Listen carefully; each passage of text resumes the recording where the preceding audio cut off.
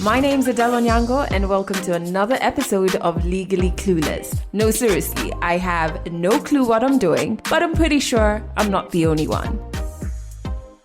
Hey you, welcome to episode 297 of Legally Clueless. I'm really excited for you to listen to this episode because it has part 2 of Chef Beni's story. Listen to this. At the end of those 2 months, I had just got a network. We're in Muhoroni.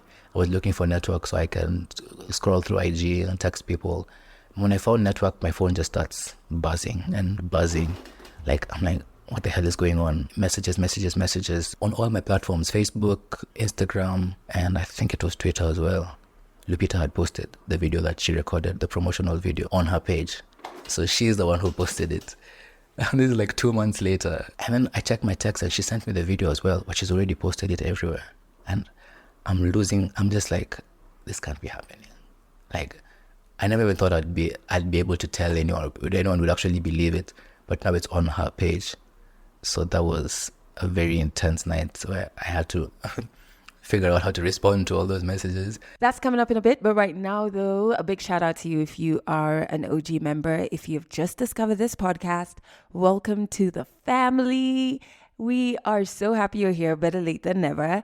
And audio episodes of this particular show go out every single Monday. We have another show called Midweek Teas that goes out on Wednesdays and Ask a Therapist that goes out on Friday. Make sure you also subscribe to our YouTube channel so you can watch our video series. Just head over to Legally Clueless on YouTube or click the link in the show notes. And the last thing that you really need to do is sign up for our newsletter, which you can do on our website. That's legallycluelessafrica.com. It's also linked in the show notes. But back to this episode, I feel like you and I haven't talked in such a long time.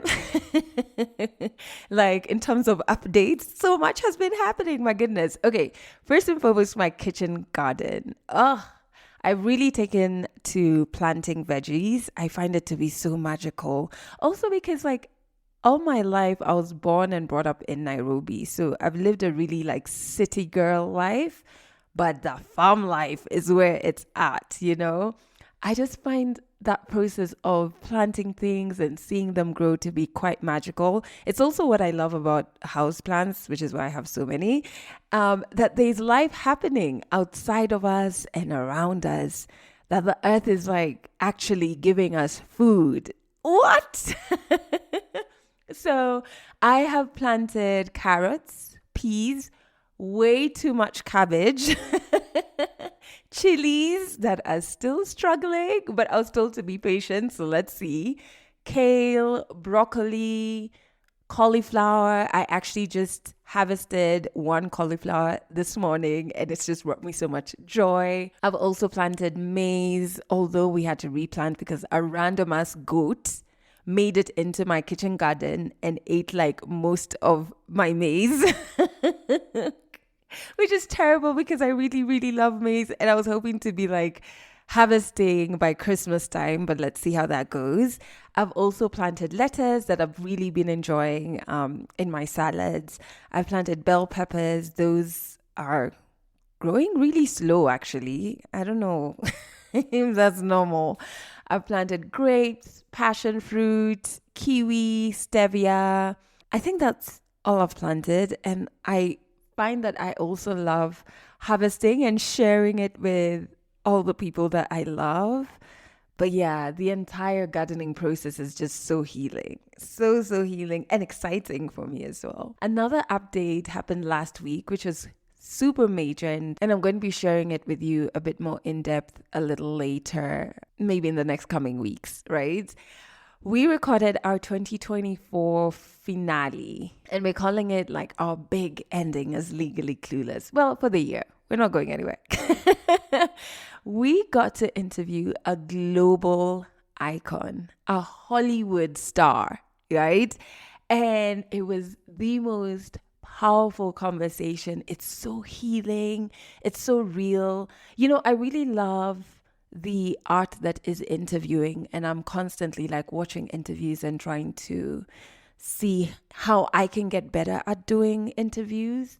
And I feel like a lot of the interviews that we have locally in Kenya are very clickbaity. It's almost like the host is trying to bait the interviewee to say something that gets clicks. And it's normally like you're trying to get a gossip title. Sometimes I'm just like, is that necessary? You know, and sometimes I watch some of the local interviews and you can tell there's no prep, or the interviewer is on their phone and not paying attention. I just felt like this was my chance to have the interviews that I like. And it was wonderful. Oh my goodness. It was so in-depth and like healing. And then even the response, because we had a bit of a small audience, they were just like, wow, that was so moving, you know, and it just felt so good. And even the guest, I don't think I can say their name yet, but they're a global Hollywood star. Anyway, even the guest gave me my flowers at the end, and I just feel so blessed and so grateful that they were like, oh, we have heard about this podcast and you're doing an amazing job. It just felt so good. And so I've just been feeling this air of gratitude for the life I'm living, because it's just like last year, September, when I had my depressive episode that was really bad. I'm just like, man, life can really change. In a year, life can really, really change. Or when I think back to around my divorce time and like the noise that was happening, and like just juggling that and juggling work and juggling healing work at the same time. And it was just a lot, you know, it was just a lot. And fear. I had a lot of fear that time for my work and like just on everything. There's just a lot of fear everywhere. Now years and years on, I'm like, wow, look at the life I have given myself. It's wonderful. Oh my goodness. Anyway, so that's why I got a little too swamped last week. That's why you didn't get a midweek tease or an Ask a Therapist. I was not only doing this huge interview, but I was also recording a new season of Ask a Therapist that starts this Friday. So I'm making up for it. I'm also trying to adopt a new mind frame of being okay with not knowing. And as a control freak that I am, that's different for me, you know, and I'm calling it being okay with not seeing the entire staircase, but climbing anyway. And that really is the ethos of Legally Clueless. It's okay not to know. And I'm just in a space where I'm reminding myself that joy can be experienced in the not knowing. Joy isn't waiting at some destination for me. It's with me every single day, even when I don't know exactly where the staircase is going. You know what I mean? And so it's okay not to know, and it's okay not to be able to see the entire staircase, but just keep climbing. I just wanted to share those 3 things with you. It's been a while since we had, you know, in-depth convos together. But let's jump into 100 African stories. Part 2 of Chef Beni's story. I hope you caught part 1. I suggest you catch part 1, otherwise part 2 will make no sense. So just go to the previous episode 296. And it ended with him having dropped out of med school, trying to start a restaurant twice and failed. But in this second part, his career is about to take quite the turn. 100 African stories on Legally Clueless. Stories from Africa.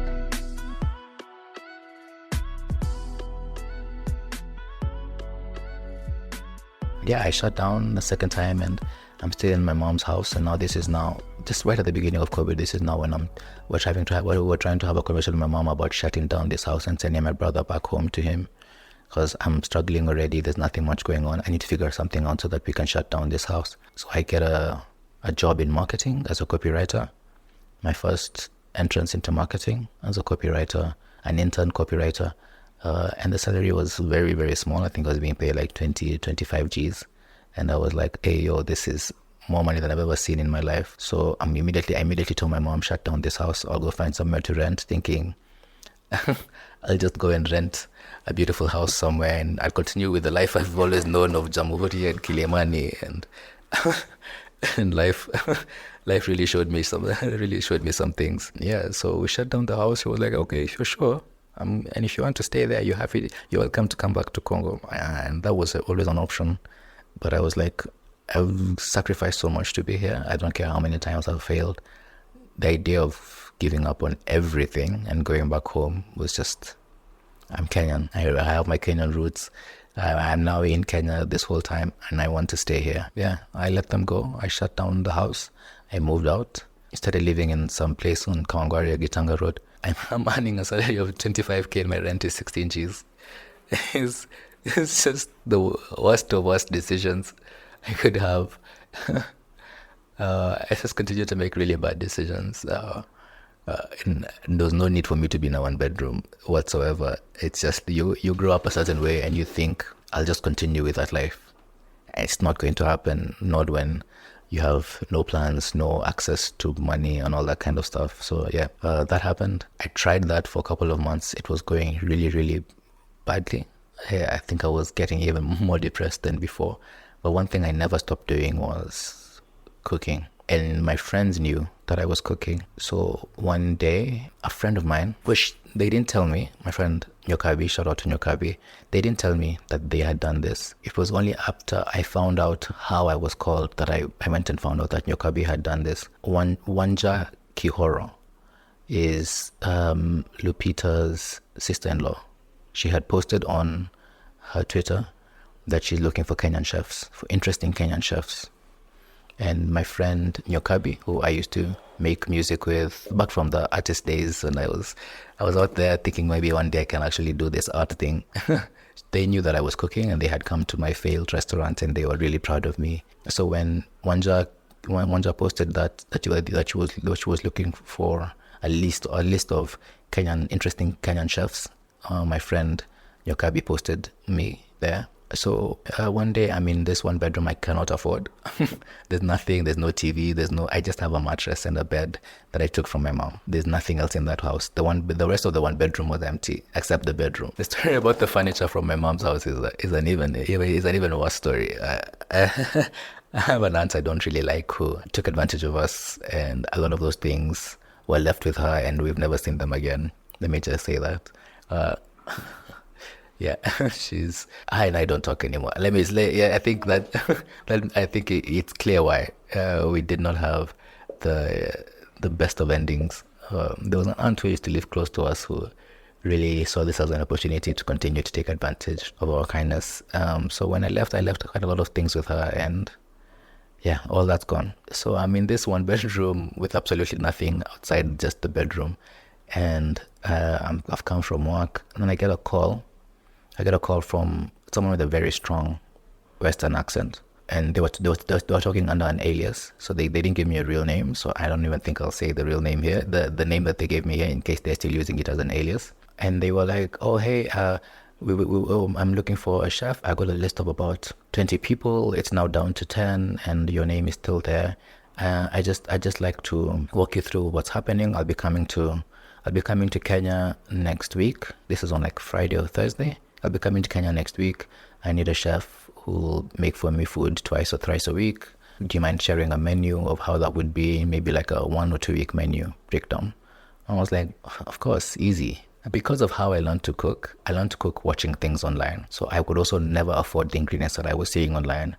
So one thing that I used to do is anytime someone called me to go cook for them at their house, or to go cook for them at their party, or to cook for them anything that they are going to pay for, I'd put ingredients that I've never used before. I'd put meal options that I've never made before in my life, just so that before this actual meeting, I can go in the background and do a lot of research. I can go and watch a bunch of YouTube videos, and I would be so excited the next day to go and try making these things for the first time. And because of how curious and inquisitive I was, I'd make sure that it's an opportunity for me to make it the best way possible. So the food will be fantastic, but the people I've cooked for don't know that it's my first time ever making that, or seeing any of that ingredients, or using any of that equipment before in my life. But at least for me, I'd leave there knowing I've made that thing now once, and if anyone ever asks me for that, I can make it again. So I filled the anonymous callers menu with things I've never made before, because they were saying, oh, they're coming from Mexico, they're going to be here for a while, and I was like, oh, fantastic. And I mean, this gives me a chance to really go crazy with my menu, and I did. And they called me back the day after, and they were like, your menu was the best. It was the most curious. I'm so excited to try all these things that you've put here. I'm just there in the background thinking, yeah, same. I'm also excited to try them. I also have no idea what's on that menu. So she said how all the other menus were just salmon and asparagus and baked potatoes, and it's just things that she's seen before and she's tried before. But my menu was very curious and interesting, and I filled it in with a lot of stuff I've never made before. So she really wanted to try those things, and she said, my PA is going to call you because of the type of person I am. They might ask you to sign an NDA just so we can then move on to giving you a try next week. And I was like, I've never signed an NDA before in my life, so I must have really gotten myself into a proper situation here that I need to figure out quickly. And I was like, I had to put up a straight face and be like, oh yeah, sure, yeah, that's fine. When they send the NDA, I'll be happy to sign it, and of course I can keep things private. I have no issues whatsoever. Yeah, she cuts the phone. This is still on video, on voice call. And then on the Monday, I think it was Monday or the Sunday night, I get a call from New York. You can tell by the numbers, the code. I'm like, this is the States. I'm like, okay, fine. I pick up the phone, and it's some guy from the States, from New York, and he's like, hey, Beni, I just got your number from Lupita. She says you're the one who's going to be making her meals. And I'm just there in the background like, no, that's not who I've been talking to, but fine. I have to play cool and be like, oh yeah, she said because she's coming and she doesn't want anyone to know that she's there. She's only going to be there through COVID for like maybe 3-4 months. She really wants to keep things private because once the media finds out that she's there, everyone's going to be asking her to show up for this, to show up for that, to do this. And I'm like, I totally get that. She's Lupita. You can't be in Kenya and no one knows you're in Kenya. There's no way that's happening. So I was like, yeah, sure, I'll sign the NDA. And she was like, okay, I'll send it to your email. You see it in the morning. I get the NDA and I'm like, wow, these are 50 pages. It's a huge NDA. It's tens of thousands of dollars at risk for me just saying anything. And I'm like, wow, what have I gotten myself into? And it says, yeah, Lupita is coming. You're going to be cooking for Lupita Nyong'o, Nini. And I'm like, wow, I don't know what I've gotten myself into. I signed the NDA, and then the moment I send it, on Monday morning, that evening, I get a video call from the person who I've been talking to, who I've saved under the alias. So I'm getting a call from that alias, and I'm like, is it actually her? It's a video call. So I pick up the phone, and it's Lupita, and she's like, hey, I just landed yesterday. I heard you signed the NDA, so I'm so excited to see you tomorrow. I'm like, tomorrow? This is last week. From last week, Friday to Tuesday, I'm seeing you tomorrow. And it's her. She's there. She said, she just wants to show me what's available in the house. She shows me like the pantry, the equipment and all that stuff. And she asked me if this works for me. And she saw my face and she's like, how old are you? And I'm like, this is how you start saying, I'll be 24. You don't want to say you're 23. I'll be 24 in September. Like, it's January. You're 23 years old. You're a child. She could tell I'm a kid. And she was like, how much experience do you have? Your menu was so interesting. What? So I had to talk to her and tell her, yeah, I've been cooking for a while. I was in med school. I just told her a bit of my story of how I started cooking. And she was like, so you really just trying this out? It's only been a couple of years, because at the time it's only been like a year and 9 months or something, or like a year 6 months kind of. Yeah, it had been a very short time since I started cooking. To go from failing twice to going to cook for Lupita, it was quite a jump. So yeah, she asked me to believe in myself, to show up tomorrow, and she's going to give me a try during that week. And if she doesn't work for us, I think it'll just be clear that it doesn't work, and she'll move on to the other guys who applied. So I was like, yeah, sure, no, that works with me. I came the next day, very, very, very nervous. I cooked. She loved it. I came back 3 days later. I cooked. She loved it, and I stayed. She told me, yeah, you'll be here for the time that I'm here. You'll be coming every 2-3 times a week, or when I have guests, when she has family over, all those kinds of things. I was the one going to her place and cooking, and it was, I think, the most evolving time of my life, where I was genuinely making things every 2-3 days that I've never made before in my life. For a full 4 months, I'm making things I've never made before in my life. I'm not going to lie, there were very bad days. There were days when we had proper failures. I think we had 2 huge failures. There's a day when she brought a very, very fancy salt. It sounds very simple, but it's a salt I had never seen before up to that point. And I used it the way you use regular salt. and nothing was edible. Nothing. Everything I made had to be thrown out, and I had to come back the next day to make the whole thing again. And this is for Lupita, and she's very, very accommodating, very nice, but you can tell that these are the kind of things that, make you never be called again. And no one would ever know I ever did anything for her, whether it's been for 1 month, I think it was like a month in at the time, whether it's been for 1 month or 2 days, it'll just disappear. Because I signed an NDA, a very strong NDA, and all that would just go into the blue, and I just go back to my life of not knowing what the hell is going on. She gave me a chance. The next time she was supposed to be leaving for Kisumu and wanted a bunch of food to take home with her, to take for during the road trip with her family. And I was 2 hours late to deliver that food. And she was it was very upsetting because this is a travel. She's going with her whole family. So I'm holding up the entire family for 2 hours waiting for me. And I've never been so embarrassed before in my life. There's those kinds of moments I think that I'll remember for the rest of my life where I'm like, I'm really about to fumble the biggest opportunity I've ever received in my life. And still, she called me back. I think when she came back, it took her like a week and a half to come back. So for a week and a half, I have not heard from her since. This is really disappointing her. And I'm just sitting there wondering, I've messed it. How did I mess this one? Like, how? I'm still doing the marketing job. Because this is in February, although I did quit the marketing job that same February. Because once she came back, we had a conversation on why I was so late. One of the reasons I was late was because of the marketing job. And, we had a conversation, and I was really getting frustrated about what it is I really want to pour my focus into. And I think a week or two later, I quit my job in marketing. I did later on go back into marketing at a bit of a higher level than I was at the time. And yeah, things still worked out. To some extent, I'm still in marketing now as a marketing consultant, client service manager. So I'm still doing marketing now, but at the time, I needed to pour into one thing over the other. And I'm really happy that I did, as much as it was a very bad decision, because that was the only consistent salary that I had. And I'm living alone now, and my mom is gone. I still quit that job. And only like 2 months later, Lupita left. So, yeah, I kept cooking. And at the end of our kind of experience together, I thought it was just going to be a goodbye. And maybe the only person who would ever find out was my mom and my friends. So I asked her to send a message, to record a message to my mom, because my mom is the biggest Lupita fan. I know she watches. She's an older lady, so there's not a lot of movies that she'll sit through, but she'll sit through everything Lupita has ever produced. She'll watch all of it, and she watches her interviews. And at the time, I couldn't tell her that I was cooking for her, so I needed something. I needed permission. So that's why I asked her to record a message to tell her.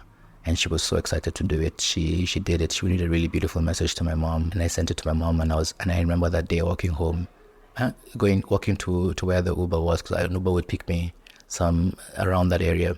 So I was going to the Uber, and even before I got to the Uber, my mom had already called me back because she had seen the video.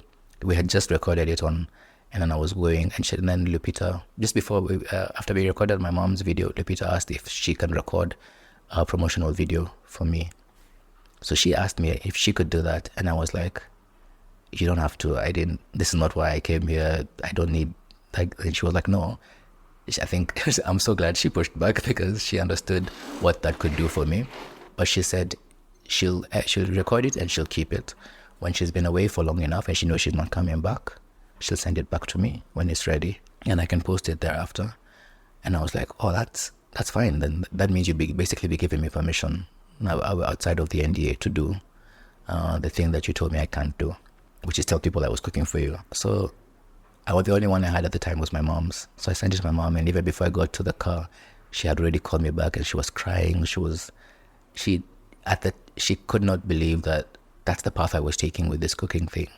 Like, for her, she was like, she's waiting for me to come back and say, hey, let me go back to med school, please. So this was hard for her to kind of understand what's really happening. So she called, she talked to me the whole Uber ride home. She tried to understand, how did she find me? How is this video real? She's really asking a lot of questions, and she could not believe it. And how can she tell people? I told her she can't tell people, she has to wait. And she didn't do a good job. Like 2 days later, I'm getting calls from my aunts And like, wow, she already told people. And I mean, it's my mom. I get her. I forgive her. But yeah, that was the experience. And maybe like a week or two later, I got a call from some MP's daughter who didn't know that I had cooked for Lupita, but just wanted to book me for a vacation that they were having in Kisumu. So she was like, I've been in Kisumu for 2 months. Would you like to come and cook for us while we're there? And at the time, I'm like, I just lost my biggest client. I have nothing to do. Absolutely, yes. And I took the job and I shut down my house, my first car house, and went to Kisumu for 2 months. At the end of those 2 months is when I think it was, I had just got a network. I mean, we're in Muhoroni. I was looking for network so I can scroll through IG and text people. When I found network, my phone just starts buzzing and buzzing. Like, I'm like, what the hell is going on? I find network and it's buzzing like crazy. I'm getting messages, notifications. I click them and on all my platforms, Facebook, Instagram, and I think it was Twitter as well. Lupita had posted the video that she recorded, the promotional video, on her page. So she's the one who posted it. And this is like 2 months later, 2.5 months later, kind of, like 2 months later. And I'm like, and then I check my text and she sent me the video as well, but she's already posted it everywhere. And I'm just like, this can't be happening. Like, I never even thought I'd be able to tell anyone would actually believe it, but now it's on her page. So that was a very intense night where I had to figure out how to respond to all those messages, try to explain to people who are now calling to book me immediately, trying to explain to them that I'm in somewhere in Kisumu, I'm in Muhoroni, I'm not available. 2 weeks later, I rushed back to Nairobi and tried to figure that out. I was back in Nairobi and yeah, that was my experience cooking for Lupita. I think something that people don't realize is how the internet can be loud, but nothing much changes in real life. I ran back thinking, oh, all these calls are going to turn into gigs. I have to come back immediately to Nairobi. I came back to the quietest period of my life. I think I came back in May, or I rushed back like 2 weeks later, hoping Nairobi will be full of jobs. And it absolutely wasn't. It was full of very inquisitive people, but no one willing to actually book me for anything. So June, July, August, nothing, no gigs, nothing, until August. And I got an American company that was trying to do food media in Kenya. They are the ones who, one of the chefs I used to watch when I started learning how to cook, she's a Kenyan-Nigerian chef. Her name is Kianu Moju. I'd been watching her story online and watching how she started this thing called Jikoni. And it was food media, and it was basically food and art and, creative and filming. And it's just all the things that I've ever wanted to do. So I reached out to her, I sent her an email, and I'd be like, hey, have you ever thought about trying this out here back home in Kenya, where you're from? There's a big space for those kinds of things here, for food media here. I'm sure a lot of brands, because I was in marketing, so I was like, I'm sure a lot of brands would love to have a dedicated food media agency here. And she let me be admin and launch it here in September. That was like my saving grace, because I was living in a friend's house, completely broke. I have nothing. I've just cooked for Lupita, but no one is booking me for anything. And yeah, she let me open the company here with her. I had a bunch of some really, really great videographers, food photographers here, and we did an incredible thing for about a year. And then maybe like halfway through that, I get a call from Larry Mado. Yeah, this was another interesting one. It was very last minute. It was in the morning, and he's like, a chef of mine who was supposed to come cook had cancelled, and he had seen my Instagram and saw that I cooked for Lupita, and he was like, would you be willing to try something like this? Bit on the NDA kind of side of things, where people don't know that he's around. He just wants to throw a bash for his friends. And I was like, yeah, sure. I was like, when is the event? He's like, at 2 p.m. This is at like 9 a.m. in the morning. I'm like, oh, today. It's like, yeah, my chef has cancelled. We need someone who can fill in. And yeah, I called my friend, my very close chef friend, Josek Lusisa, and we rushed. We did a crazy 8-hour cook, made sure by around 4 p.m. all the guests were really enjoying nyama choma, salas, ninini. I remember Kina Butita were there. I was getting really exposed to people they've had a lot of good food, and they were challenging me in ways that I had not been challenged before, and I was really enjoying that. And to be doing food media as well, I think now diving into the space where I felt like I should be in. So then I could then start to now curate myself as a brand, as a luxury, fine dining, food media kind of person. And I got a chance also to brand my type of cuisine, which is, I think, me and only one other person in Nigeria calls the cuisine like this. And I found it out after we cook Afro. We're Afrofusionists. We were trained using westernized techniques and westernized equipment, but we only got access to African ingredients, and those are there. And having been raised as African people, we stuck to those African roots and decided that I'm going to make, for example, for Lupita, I made for her food she's never had before. I made for her sombe, pondu. These are very Congolese types of food. And she was willing to try them out, which I'm really happy that she did and she loved. And plantain and stuff that she would not necessarily have gotten from the other chefs, from Kenyans from other chefs who would have only had a Kenyan perspective. Me having a more Pan-African perspective, I was more willing to try out different African foods and expose her to them.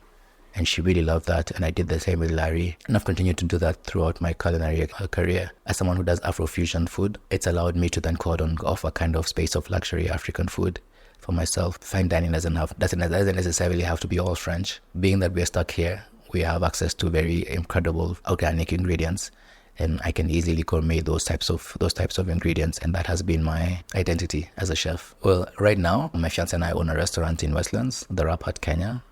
It's about a year old now. That's, it has its own challenges. It's a fast food restaurant, so there's a lot of understanding of how fast food works, changing of times, things like the strike, the recent protest, which I was fully supportive over and still am. Unfortunately, what also happens is, being in Westlands is during both of those protests, 2 days a week, a bunch of offices are closed, people are working from home. And if you're running a business that relies on feeding office workers, again, just like it was at the beginning when I first failed, when people go home like with COVID, or when people go home like with protest, if you lose 2 days out of the week, out of your 5-day week of revenue, you lose a big chunk of your revenue. Those kinds of things are, a lot of learning periods, a lot of learnings that we've taken, that we've been forced to take over the last couple of months. But we're still going strong. We're growing now, even better than we were before the protests. So I'm appreciative of that. I decided to take matters into my own hand and go back to the creativity that allowed me to start cooking at the beginning. I host private dinner clubs once a month. The public gets to book, but it's limited to about 12 people, which creates an incredible amount of FOMO, but it allows me to create a very intimate, loving space for food lovers. I come up with a theme every month. I think the first month was oranges, the next one was mulberries, and then the last one was roses. The next one is coming up this month. Maybe by the time people hear this, it's fine if I say the next theme is mint. So it's a 4-course menu with completely different dishes, and each of those dishes have to have an element of the theme itself. So there's going to be an element of oranges across each of the dishes. It's in different ways, as zest, as a reduction in the pastry, in the desserts. It's very fun and challenging. It's like, it takes me back to the days when I was challenging myself to go make things for Lupita that I've never made before.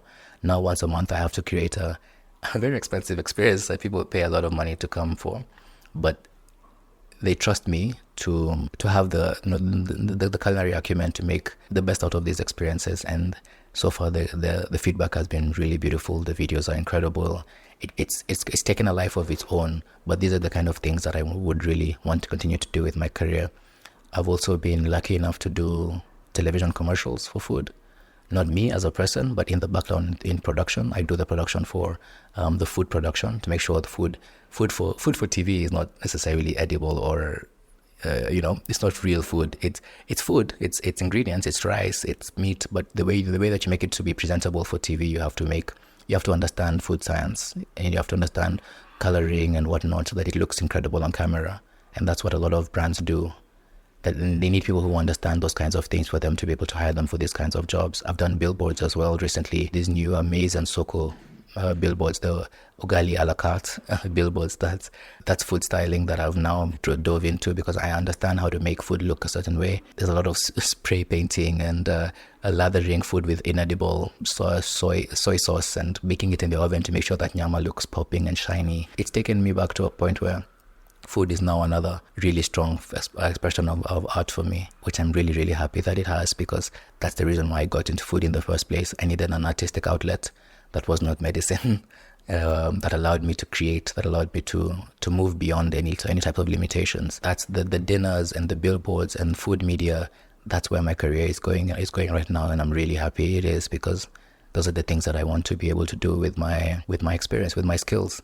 Yeah, it's not limiting. It's fun. It's challenging. It's very challenging because right now I'm coming up with a menu for Mint, and I'm trying to figure out how to make 3 savory dishes and only 1 dessert Mint course. And I mean, it's going to be an incredible experience in October for the people who come, but they don't know that I'm in the background really trying to figure out how to create something that I've never seen before, that's never existed before, and they're going to be the first ones to enjoy. Those are the kind of things I love about food, and that's what I'm doing with food now. Catch more African stories in the next episode of Legally Clueless. How wonderful is Beni's story? I can't explain it. Like, it's just so... It's got such good vibes. I really enjoyed this story, actually. But before anything, we have to support him, please. Okay, so as Legally Clueless family, please go to the show notes. There are links to Chef Beni's social media platforms and that of his restaurant. Go follow expeditiously, please. Okay, I would really appreciate that. I also feel like his story just reminded me of something that I think about sometimes. I like to think that the thing that makes you have legacy, impact, is many times not what you learn in class. And it's many times not the safe thing to do. It's not the thing that society accepts. It's the thing that will require courage. So make courage your best friend, and dare. Dare to try, dare to start, dare to be, even if being means you're being different. And I really hope Chef Beni's story reminded you to do just that. Dare. If you want to share your story on our podcast, in the show notes, there is a link to our storyteller form. Fill it out. One of our correspondents will get back to you. If you're in the greater East Africa region, you can catch us on Trace FM every single Monday and Wednesday at 1 p.m. and 11 p.m. and Fridays we're there at 1 p.m. And if you enjoyed this episode, which I hope you did, drop us a comment on whatever platform you're listening to this on. Give us 5 stars and don't forget to share it with your people. That's it for this episode of Legally Clueless. You can share this podcast with your friends. You can keep it for yourself. I'm not judging. Just make sure you're here next week for the next episode. I'm Lupita Nyong'o. My new podcast, Mind Your Own, is a storytelling show that navigates what it means to belong, all from the African perspective. We're going beyond the headlines to dive into nuanced, intimate stories from Africans around the world. I'm so excited to bring this show to you. Listen to Mind Your Own on Apple Music.